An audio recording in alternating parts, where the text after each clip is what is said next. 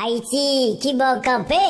C'est une émission qui paraît sur Planète FM 97.7, sorti lundi pour arriver vendredi, 8h, 9h le matin. Haïti, qui bon campé? Dans l'émission Haïti qui bon campé, chaque acteur, quel dans le gouvernement, opposition ou bien dans la société civile là, il y a droit parler. Haïti qui bon campé? À cet espace, Bichara Saint-Jean reçoit un homme ou une femme qui fait actualité. Merci infiniment, oui, ministre Vansman, Valérie Lima. Haïtien tout partout, Haïti besoin conscience pour le lancer. On prend responsabilité. Nous, à Bichara Saint-Jean, dans Haïti qui va camper, c'est Haïti d'abord. Haïti qui va camper du lundi au vendredi de 8h à 9h AM sur Planète FM 97.7 et sur Facebook Live. Reprise 7h 8h PM. Société pas balancée, si vous capez la différence.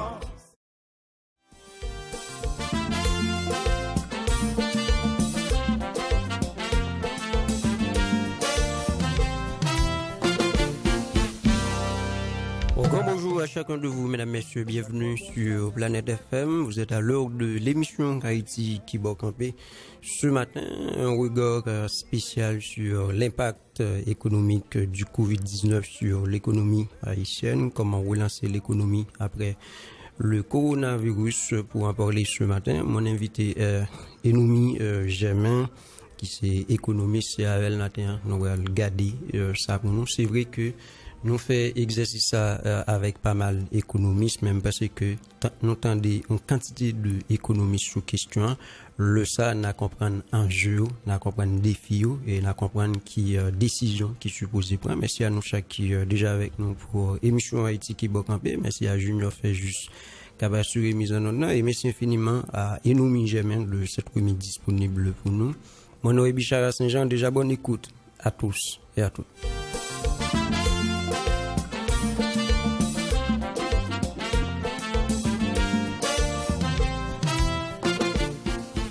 Enoumi Germain, bonjour, un plaisir vous me Bonjour Bichara, et qui me salue toutes auditrices et tout auditeur Haïti qui doit camper. C'est un plaisir pour que me parle pour matin tout. Merci infiniment Enoumi Germain parce que vous mettez disponible pour nous matin. J'aime annoncer ça. Moi fait exercice ça avec vraiment un pile économiste, M. Waïdza Emile, Emmanuel Adouillon, Benel Saint-Just et deux trois autres économistes pour que moi regarder l'impact que Covid-19 là capable de gagner sur Haïti. Et maintenant bien content c'est avant moi va le faire petit exercice ça. Alors Enoumi Germain et tout le monde qui vit en Haïti qui est plus ou moins lucide même si il n'est pas économiste. Il connaît que par rapport à l'impact que les déjà Covid-19 a gagné sur l'ensemble de pays, regardez États-Unis qui a annoncé des mesures par rapport à Fed Banque centrale américaine, yo baissé déjà d'accord dit au directeur pour que regardez comment est capable de moun plus ou moins soulager ou même comme économiste qui te suit d'accord dit impact qui te économie haïtienne t'es déjà fait face avec par rapport à des soubresauts que nous gagné instabilité politique vient ajouter sur Covid-19 là qui impact vous pensez que notamment Covid-19 là capable de gagner sur l'économie haïtienne là?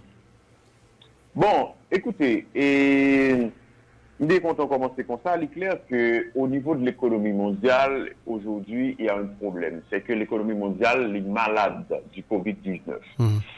Autrement dit, et toute économie nationale, tout est affecté par la situation. C'est pas très différent pour l'économie haïtienne. Parce que, je connais, il y a tout un ensemble d'éléments qui est affecté et qui est affecté très négativement. Souvenez-nous qu'à peut-être commencer par sur le secteur touristique haïtien. Évidemment, au niveau mondial, le secteur touristique, vous comprenez qu'il y a à genoux. Ouais. Il y a à genoux parce que justement, pas bien ça voulait le transport aérien. Comme pas de transport aérien, pas de tourisme. Puisque justement, c'est par avion que les touristes, en tout cas, voyager d'un point à l'autre point. Qui tout bas problème au niveau chaîne d'approvisionnement. Justement. Maintenant, et ce qui arrive en Haïti, c'est que depuis 2018, pratiquement, le tourisme était recevoir un véritable coup de marché. Un véritable coup de marché, avec notamment au soulèvement, on dit qu'on s'appelle, ou bien protestation qui a gagné le 6-7 juillet 2018.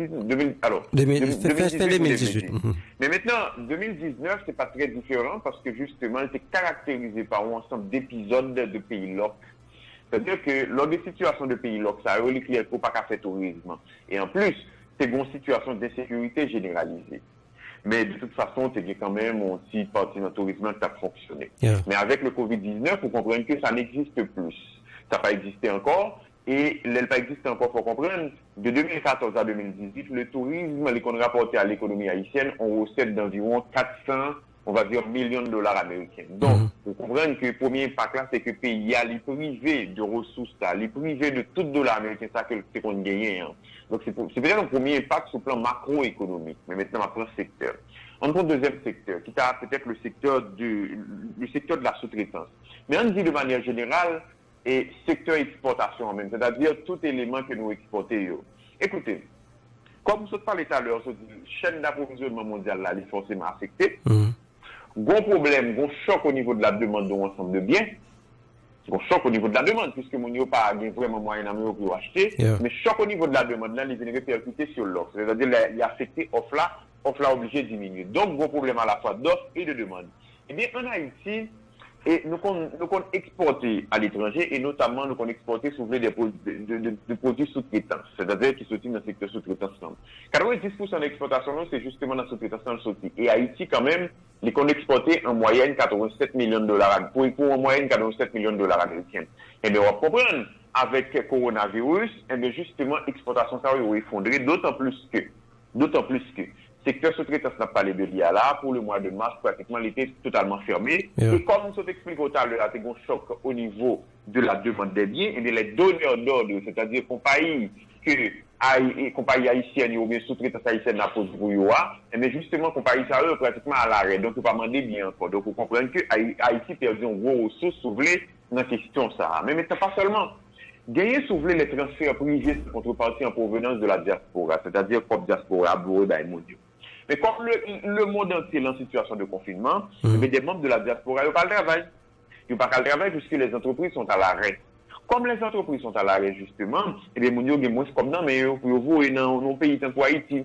Et comme nous avons moins comme dans mais justement, ils voient moins de faire. Et sous ça, moi, des ministres Boisvert et nous Mijamin qui déjà annoncé que ils sont capables de reculer jusqu'à 25% transfert diaspora. Oui, mais en tout cas, dernier chiffre qui publié par Banque Centrale, il dit que et mois de mars 2020, bon, puisque donné avril est beaucoup disponible, comparé à mars 2019, mais si vous voulez gagner, on baisse de pratiquement 20 millions de dollars américains en transfert, c'est-à-dire un glissement annuel. Son baisse de 8,17% en quelque sorte. Donc, les moins prononcés que Banque mondiale dit qu'il a prononcé au niveau mondial. Donc, à comprendre ça, c'est justement parce que des membres de la diaspora sont très attachés à la famille, même en situation de difficulté, ils font des efforts pour que justement ils voient les transferts. Mais, pour comprendre l'impact là, il faut comprendre qu'en Haïti, il y a un ensemble de familles, plus de 30%, qui vivent essentiellement de transferts. Et comme ils vivent essentiellement de transferts et transferts affectés, on va comprendre que ce sont un ensemble de familles qui trouvent dans une situation d'extrême difficulté. Vous comprenez? Donc, ce sont un ensemble de monde qui trouvent dans une situation d'extrême difficulté. Tout à fait. C'est extrêmement important pour que justement nous comprenions. Mais maintenant, d'abord, dit que au niveau, par exemple, l'entrée fiscale, c'est sûr, certains balgons chute. D'ailleurs, le PIB va l'obliger pour un coup. Et moi, j'ai annoncé que l'ICA allait jusqu'à 6%. Et puis, moi, j'ai des Premier ministre Jout, lui-même, qui t'a fait une intervention, côté que, il dit que l'inflation est capable de dépasser les 23%. Maintenant, et par rapport à l'inflation et nous Mijamin, on a dit que nous arrivons à atteindre un taux d'inflation pareil, risque d'insécurité alimentaire, précarité de population qui s'allie. Insécurité alimentaire. Allô? Oui. Vous dites qui ça? Moi, on a dit par exemple, nous étions des premiers ministres Jout, qui est intervenu par rapport à l'inflation, il dit qu'il a dépassé les 23%. Moi, on a dit que nous avons une situation pareille. À qui ça nous attendons? Est-ce que il y a une possibilité pour que nous fassions face à une insécurité alimentaire, etc. Ok. Nous pouvons parler de conséquences. En d'abord, soulignons seul élément qui est extrêmement important, qui est l'élément de la croissance économique. Parce que, au fait, depuis 2019, l'économie haïtienne, on comprend bien son économie qui, par réalité, croissance. Son économie qui fait une croissance négative en 2019. Son croissance négative, on va dire, de pratiquement moins 2%. Et pas oublier, non, l'économie haïtienne n'a pas jamais fait croissance négative depuis quand même le tremblement de terre, mais elle fait en 2019 qui est causé par un ensemble de ralentissements qui dit, si vous voulez, à situation de pays locaux. Ça, c'est extrêmement important pour que nous connaissions. Mais maintenant, Avec coronavirus, mais justement, puisque bon arrêt au niveau des activités économiques, mais coronavirus qui ça le fait justement, et a diminué la croissance nous avons réalisé. Évidemment, croissance est toujours négative, mais l'accélérer. C'est-à-dire que nous avons gagné quand même, souvent, croissance de pratiquement moins 4%, en tout cas d'après prévision jusqu'à présent, en 2020. Et pas oublier, non? L'on pas fait croissance en général, je le dis, l'économie a bien plus pauvreté. Puisque justement, l'économie n'a pas très richesse et Mounio, c'est-à-dire, Mounio fait à un rythme de pratiquement 2,5% et l'économie en lui-même l'a chuté. C'est ça qui a une inadéquation entre la croissance économique et la croissance démographique en quelque sorte. Donc voilà, si vous voulez, un ensemble d'éléments, de conséquences que le coronavirus, justement, l'a gagné sur l'économie nationale. Mettons ça souligne l'autre question qui c'est la question de l'inflation. Qu'est-ce qu'il faut comprendre? C'est depuis pratiquement août 2019 par les données d'inflation qui, on va dire, officiellement publiées. Parce que justement, l'IHST est dans une situation d'arrêt, en situation de grève. En tout cas, la bonne nouvelle, c'est peut-être que jeudi, il y a une situation de reprise. Mais comme pas de données d'inflation publiées, ou pas de données officielles, mais depuis août, nous sommes approchés de 20%. Donc, jeudi, et pas oublier une estimation de la Banque centrale en octobre, on va dire en septembre, qui se passait à là, eh bien, qui était déjà dit nous que l'inflation était déjà à 21%. Donc, 23%, c'est clair, d'autant plus que, vous gagnez Goodland qui sont, en tout cas, taux de changement qui sont variables, très déterminantes, sur les deux niveaux d'inflation dans le pays, mais justement, taux de changement lié à la hausse. Tout à l'heure, m'a posé une question. Oui, tout à l'heure, m'a posé une question par rapport à des codes Goodland. Oui, allez-y. Oui, comme il y a la hausse, donc, vous allez comprendre que, écoutez, c'est normal que l'inflation, peut-être même pour aller au-delà de 23%, Jean-Ministre Gravier, c'est là. On a dit l'inflation arrivée à un niveau ça économiste et nous jamais. À qui ça nous attend par rapport justement à insécurité alimentaire et précarité population? Non, écoutez, je dis à insécurité alimentaire là, déjà au niveau record. C'est pratiquement 4,2 millions de monde qui, je dis, vivent dans une situation d'insécurité alimentaire selon CNSA. Et insécurité alimentaire, il faut comprendre ça, là, pour augmenter davantage. Là, pour augmenter davantage pour une seule raison. Parce que, j'aime dire tout à l'heure, il y a un ensemble de monde qui balancé, soufflé, dans la pauvreté. Il y a un ensemble de monde qui travaille dans le secteur, je parle de l'État, qui c'est le secteur touristique, et bien, monde a perdu du travail. Parce que le secteur touristique, il y a l'arrêt. Hôtel et restaurant pratiquement fermé et comme ils fermé eh bien donc comme pas de moyens dans mais eh bien on parle là de l'insécurité alimentaire en quelque sorte. Donc eh bien insécurité alimentaire là, c'est normal que la continuer va les terrains dans le pays notamment si en quelle mesure intelligente ça prend. Maintenant des codes good là par rapport à dollar économiste et nous jamais moi, t'étant de vous faire une intervention dernièrement par rapport à cela, et d'ailleurs, vous précisez pour nous que actuellement, que Goodla, il va me considérer comme une monnaie de réserve, à savoir que en pile moun jodia, il préfère pas épargner en Good parce que Goodla vient pas représenter trop bas, tout le monde obligé à entrer dans la question, une sorte de dollarisation, et même si c'est de fait. Maintenant, qui ça explique des codes Goodla par rapport à dollar? On retourne sur ça pour nous. Bon, écoutez, et sommes d'accord que c'est pas aujourd'hui à Goud la perdu valeur, c'est-à-dire qu'on perd de valeur continue et même constante de la Goud par rapport au dollar depuis quelques temps. Depuis le nous entré soufflé dans le régime de change flexible là, c'est la situation. Par exemple, nous entrons là dans nos environs de 91, eh bien de 91 à aujourd'hui, Goud l'a perdu plus que 1180% valeur. Ça veut dire que, on comprendre que dans le temps, c'était toujours comme ça. Mais maintenant, conjoncturellement, c'est-à-dire dans le dernier moment, mais qui ça fait Goud là perdu valeur comme ça? Évidemment, il y a la première variable qui c'est la variable production, puisque c'est un pays qui ne produit pas. Mais comme c'est un pays qui ne produit pas justement, et bon, comprendre l'a demandé de plus en plus de dollars pour le motif d'importation. Pardon, comme l'a demandé plus de dollars pour le motif d'importation, donc c'est normal que Goud là perde du valeur. Mais maintenant, il y a l'autre élément encore. C'est ça sur le plan conjoncturel. C'est que moi, j'ai fait un travail qui t'a pour essayer de comprendre empiriquement qui ça fait Goud là la perte de valeur comme ça sur le plan conjoncturel. Moi, je viens que un ensemble de variables qui est important. Un des premiers variables là, qui c'est qui ça? Qui s'est soulevé le montant de déficit budgétaire de ce pays. Ça veut dire qu'il y a un ensemble de déficits budgétaires qui, à chaque instant, est financé par la Banque centrale. Et à chaque fois que les financé pour 1 milliard de goud, et méthode de change là qui a tendance à augmenter de 4%, puisque justement, c'est la masse monétaire en goud qui a plagué dans l'économie. Donc, il y a plus de goud qui a circulé, qui a pourri chercher dollars en quelque sorte. Ça, ils sont causes, en tout cas, extrêmement importantes pour comprendre pour que ça, goud là a perdu valeur comme ça. Maintenant, mon deuxième élément, c'est peut-être ça souligner là, c'est que c'est une économie qui se dollarise de fait, son dollarisation de fait qu'a fait dans l'économie haïtienne, malheureusement. Ce qui arrive, c'est que Mounio a perdu confiance par rapport à Goudlan.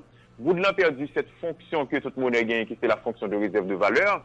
Eh bien, Mounio n'a pas épargné un goût d'accord. Mounio, chaque touché, s'il y a fait un cob, il cherchait dollars justement pour faire comme là. Et comme justement Mounio a épargné de plus en plus en dollars, eh bien, il y a pression qu'a fait ce taux de change là. Et chaque fois, taux ça, il a augmenté. Je parle de taux, eh bien, taux. Par exemple, taux dépôt qui fait en dollars américains par rapport à ça qui fait en goud, eh bien, c'est 68%. Donc, plus monde fait dépôt en dollars que fait dépôt en goud. Et bien, chaque taux, ça a augmenté de 1%, taux de change là qui a tendance à augmenter de 2%. Donc, voilà donc l'autre élément qui expliquait question taux de change là. Et on peut ajouter évidemment l'autre élément qui c'est justement la force du dollar sur le marché international, puisque le dollar n'est pas toujours faible. Le dollar qu'on prend importance. Et chaque fois, force dollar augmenté de 1%, taux de change là en Haïti a tendance à augmenter de 0,47%. Donc, nous ne tout effet, mais quand même, ça a son effet considérable qui fait que on a perdu valeur. Tout à fait. Bamandou, ça, nous jamais. On a dit, par exemple, par rapport à la situation là, nous regardons que, bon, des codes goud là, la fête à niveau que la fait là, si nous avons entré dans une sorte de dollarisation économique haïtienne, l'idée bon, non? Ou pas qu'à dire la bon, pas bon, parce que faut gagner de travaux de simulation qui fait tout ça pour l'ensemble des avantages, l'ensemble des inconvénients. Ensemble de travaux de simulation, ça évidemment, il y a basé sur un ensemble de données qui sont liées à l'économie haïtienne. Et deuxièmement, il y a basé tout sur un ensemble d'expériences déjà faites par d'autres pays et sur un ensemble de leçons apprises. Donc, tout autant qu'il n'y a pas un travail comme ça qui fait de manière exhaustive, ou pas qu'à prononcer si la bon, s'il n'est pas bon pour l'économie haïtienne. Non, mais ça me cadeau, c'est que dans tout pays, surtout pays avec latino, mais dollarisation, il y a avantage, il y a inconvénient. Il y a un avantage, c'est que justement, le provoque une stabilité de prix. En pile, un entrepreneur qui a tendance et vient faire business lorsque justement, ces dollars qui circulent dans l'économie sont davantage, entre autres. Et il y a un inconvénient tout, c'est la perte de la souveraineté monétaire. C'est-à-dire que le pays a pas une monnaie qui peut pas encore, en quelque sorte. Mais c'est tout un ensemble de débats. Mais moi-même, ça me cadeau, c'est que, il faut quand même des travaux de simulation qui vous disent que s'il est bon, s'il n'est pas bon. Donc, il est extrêmement compliqué pour que, de façon catégorique, ou répondre s'il est bon ou s'il n'est pas bon. En tout cas, nous étions 10 minutes pour que nous refermions, puisque nous attendons sous 30 et nous mis jamais. Regarder avec vous, qui genre maintenant pour que, après Covid-19, là, vous nous dites, non, c'est vrai que l'économie haïtienne, c'est une économie qui prend pile coup par rapport justement à tout ça, nous sommes gardés là-haut. Maintenant, qui genre pour nous relancer l'économie haïtienne, après le coronavirus, non? Bon, écoutez, depuis qu'on a, comme donc dans le monde entier, il y a deux catégories de mesures qui prennent pour essayer, atténuer ou bien mitiger l'effet crise là. Et deuxièmement, déjà des mesures de redressement qui prennent. D'abord, on dit pour atténuer ou bien pour mitiger l'effet crise là. Et souvent, les États-Unis ou bien l'autre pays, il y a deux catégories de mesures qui prennent. C'est d'abord des mesures de politique monétaire et ensuite des mesures de politique budgétaire ou bien fiscale. Par exemple, et mesures de politique monétaire ou fiscale, oui, c'est commencé l'émission avec là, c'est baisser taux d'intérêt directeur, il y aura une accessible crédit, etc., etc. Et puis, il y a des moratoires qui baillent au niveau du crédit. En Haïti, la Banque centrale a fait pratiquement la même chose, c'est-à-dire la Banque centrale correcte dans le déplacement libre, c'est-à-dire dans le déplacement stratégique en quelque sorte, mais évidemment, on n'a peut-être pas gagné effet, en tout cas pour eux à très court terme, puisque justement, ça prend un petit temps pour que, résultat, mais à moyen terme, peut-être, on prend beaucoup plus de résultats. Mais maintenant, on a une deuxième catégorie de mesures qui c'est transfert de cash. Transfert de cash là, l'inspiré dans l'économie sur les John Maynard Keynes, qui dit que faut qu'on baille mounio moyen pour que relancer la demande. Le relancer la demande, offre la bras relancer tout, puisque justement, demande là va l'adresser avec des entreprises et il va bénéficier à toute la société en quelque sorte. Eh bien, en Haïti, nous essayons de faire un deal comme ça, parce que justement, il y a une politique de 3000 gouttes qui baille, mais est-ce que c'est suffisant? Non. Est-ce que politique de ciblage là, bien fait, c'est un ensemble d'éléments de détail, peut-être qu'il ne va pas rentrer là-dedans, mais la réponse c'est non. Est-ce que justement, les atteindre le nombre de familles qui doivent atteindre? Non, parce qu'on a parlé là tout à l'heure de 4,2 millions de monde qui ont une insécurité alimentaire, mais on va parler d'un support de 3000 gouttes qui ont un pouvoir d'achat extrêmement faible, surtout dans ce contexte inflationniste, qui au bail seulement à 1,5 million de monde, donc après que bon ensemble de lacunes, mais justement par rapport à la politique ça. Donc nous avons parlé de pendant pour mitiger l'effet crise là. Mais maintenant, Et deuxièmement, qui ça t'a fait pour l'économie haïtienne? Écoutez, bon ensemble de secteurs, moi je pense que faut que nous mettions accent sur eux. D'abord le secteur agricole. Ce qui arrive, c'est que la crise a montré que c'est extrêmement important pour tous les pays pour qu'ils développent ou bien pour construire, leur souveraineté alimentaire dans un certain sens.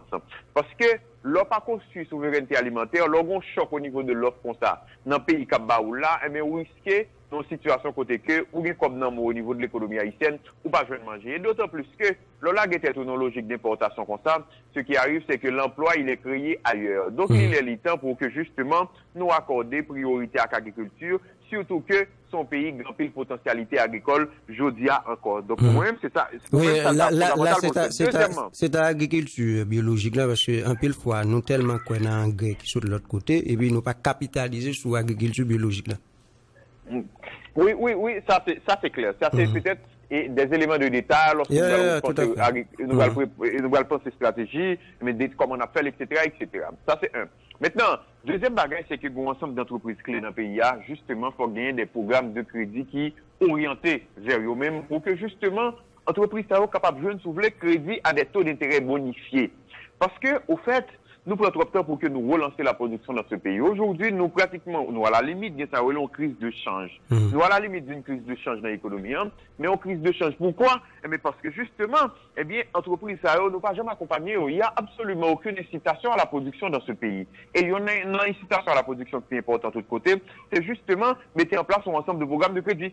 Donc, on va comprendre qu'avec ça, faut justement nous profiter pour que nous relancer et après crise là justement notre agriculture et ensuite la production nationale dans sa globalité en mettant en place des programmes de crédit à des taux d'intérêt bonifiés pour que faciliter tout ensemble d'acteurs y entrer pour que l'économie haïtienne est capable de commencer à relever en quelque sorte. Il y a un pilote mesure à prendre. Tout à fait. Nous peut-être pas détailler mais ça c'est pour moi le big picture de mesures qu'on prend pour que relancer soulever mais parce que pas oublier nous on parle de tout ensemble d'entreprises ça ou le secteur touristique oui le secteur touristique pays à son pays il y a une forte potentialité touristique malgré tout mais maintenant comme justement un ensemble de barrières comme justement un ensemble de contraintes un ensemble de facteurs qui empêchaient que le tourisme a développé mais ça pose problème en quelque sorte donc moi-même voilà donc un ensemble d'éléments que nous a touché pour que nous relancer l'économie notamment après Covid là sans question de priorité économique par exemple nous connaissons alors économiste mais économiste connaît yo expliqué ça plusieurs fois à dirigeants pour que justement nous relancer l'économie faut que nous soyons capables d'essayer d'influer PIB, les composantes PIB, ça me les composantes, on a regardé par rapport à consommation, investissement brut, dépenses gouvernementales, en bien ou en service, et puis exportation nette, mais les choix nous fait, comme si nous n'avons jamais fait choix pour que nous capitaliser sur ça. Pas sûr que bien entendu, non? Moi, c'est comme si, c'est vrai que moi, pas économiste, mais économiste, qu'on a expliqué ça souvent à mon cap dirigeant pour que, justement, nous relancer l'économie, il faut que nous soyons capables d'influer les composantes du PIB, comme si consommation, investissement, dépenses gouvernementales en biens et en services, exportation nette. Oui, bon, écoutez, mais ça arrive en général dans les pays. Dans les pays pauvres en général, et bon, d'abord, sur le plan global, pas oublier, non? La connaissance ou bien l'expertise, les bagants qui ont une force contraignante. C'est-à-dire que c'est pas le savoir ou le savoir expert qui s'impose de par lui-même. Sauf que bon ensemble de pays qui gagnent des conseils d'économistes que vous vraiment entendez. Par exemple, les États-Unis d'Amérique, vous vraiment entendez des économistes en général qui dit que un ensemble de décisions, que ce soit un groupe d'économistes ou bien l'autre groupe, c'est-à-dire un groupe de gauche ou bien de droite en quelque sorte.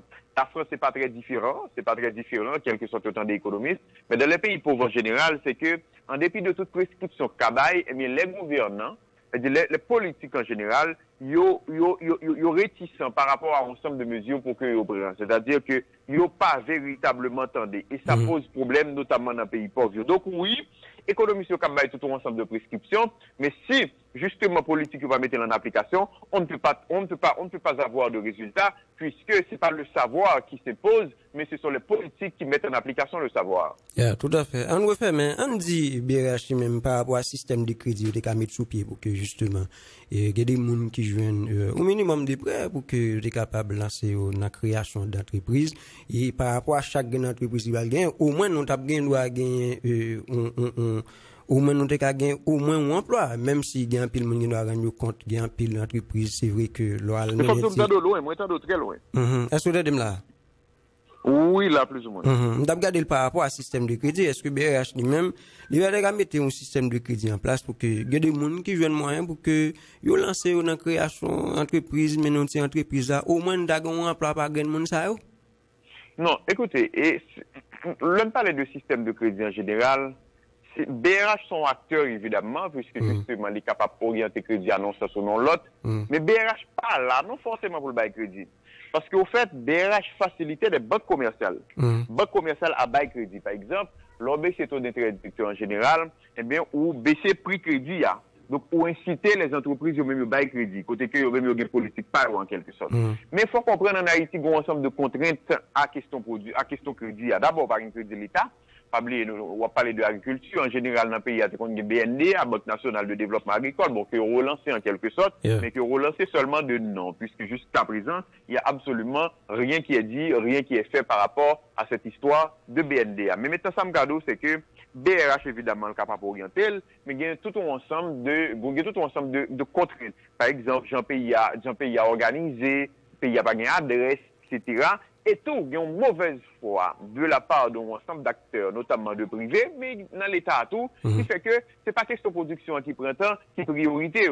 Leurs priorités sont question d'importation. Parce que justement, importation ou bien consommation sont bagages rapides, coco, on fait comme l'âme finie. Donc, en général, on va comprendre un ensemble de contraintes véritablement, mais un problème de volonté caractérisée et manifeste de la part de plusieurs acteurs, publics et privés, qui fait que crédit par exemple, quand distribué dans l'économie, crédit par exemple libéré, et comme le crédit pas libéré, entreprise, il n'a pas existé en plus l'entreprise, toujours dans une situation de difficulté. Merci infiniment, et nous, j'ai même fait un peu d'effort pour que nous terminions à 30 ans, j'en ai souhaité ça.